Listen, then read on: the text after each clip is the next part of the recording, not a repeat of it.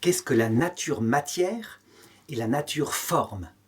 Eh bien, ce sont des distinctions de la physique ancienne, mais si je les donne ici, c'est parce qu'elles ont leur valeur. D'abord, je vais montrer comment Aristote les a posées dans sa philosophie.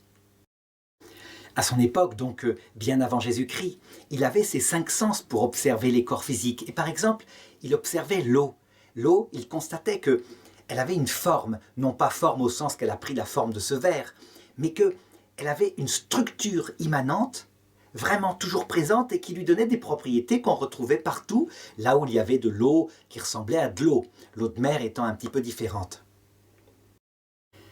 Et il constatait donc qu'il y avait une quantité de matière qui était même pesante, mais qu'il y avait aussi donc cette matière associée à une forme ayant des propriétés extérieures, ce qui lui permettait d'induire la nature de l'eau.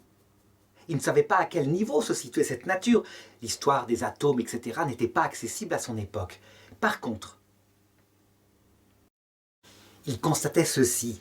Si cette eau, on la mélange avec un corps différent, comme ici, du sirop, ça se mélange, et ça va donner, pour une matière qui est augmentée, en l'occurrence ici, une forme qui est différente, avec des propriétés différentes sur la couleur par exemple, mais aussi sur le goût.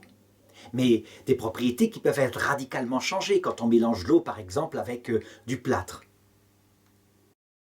Ça veut dire quoi? Que la matière de l'eau, elle est toujours là avec sa quantité, on le voit bien, on n'en a rien enlevé. Mais que la forme de ce nouveau corps, qui a une nouvelle nature, est changée. Ce qui veut dire que pour arriver à comprendre comment fonctionne la matière, il est pratique d'utiliser une distinction entre la nature matière, qui est toujours là, celle de l'eau, et puis sa nature forme, sa forme, c'est-à-dire son organisation en fonction de telle ou telle concentration, de tel ou tel mélange.